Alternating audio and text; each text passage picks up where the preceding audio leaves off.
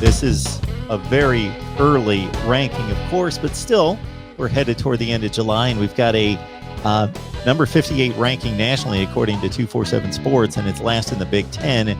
So are there concerns, and do you think they're legitimate?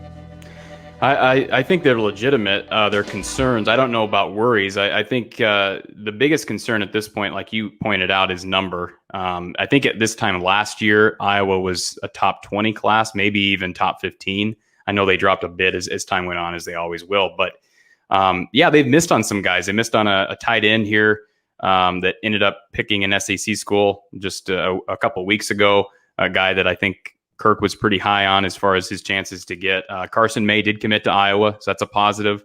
Quarterback out of Oklahoma, a guy that, you know, Hawk fans love to get excited about quarterbacks. They've got excited about Deuce Hogan, but he's riding the bench. So you never know with these guys, but he's a pro-style kid. I think he's 6'5", 6'6", big kid, so he fits the mold of a Ken O'Keefe, Kirk Ferentz quarterback.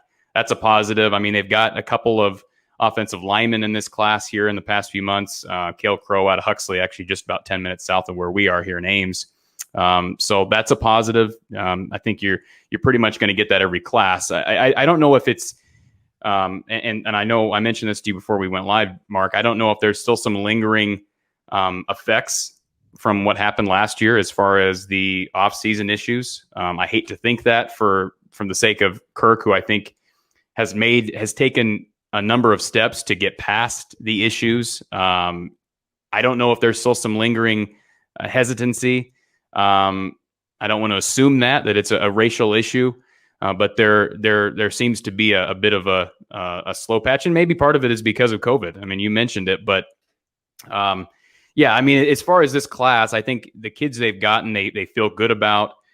Jack Dotzler is another one out of big kid out of Wisconsin, 6'7" offensive lineman who I think, you know, fits the mold again for a typical Iowa tackle. So, you know, maybe you play him at tackle, or maybe they can transition him to tight end if they don't get.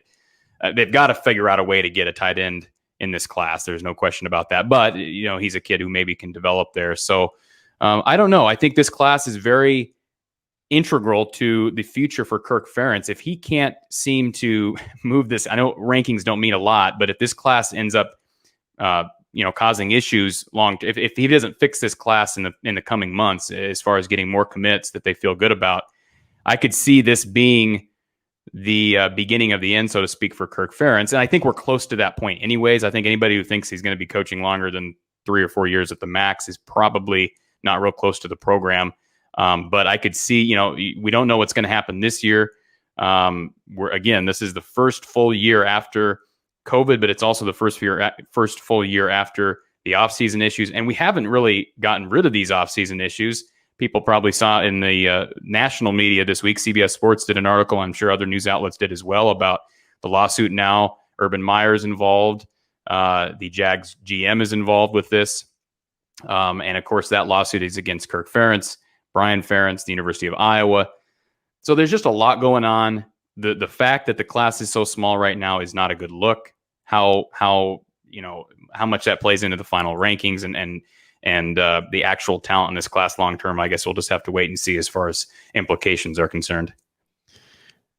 We always invite everybody's comments and questions. We would ask that you would like the live stream, share it out on social media. Just grab the link and share it on Facebook and on Twitter.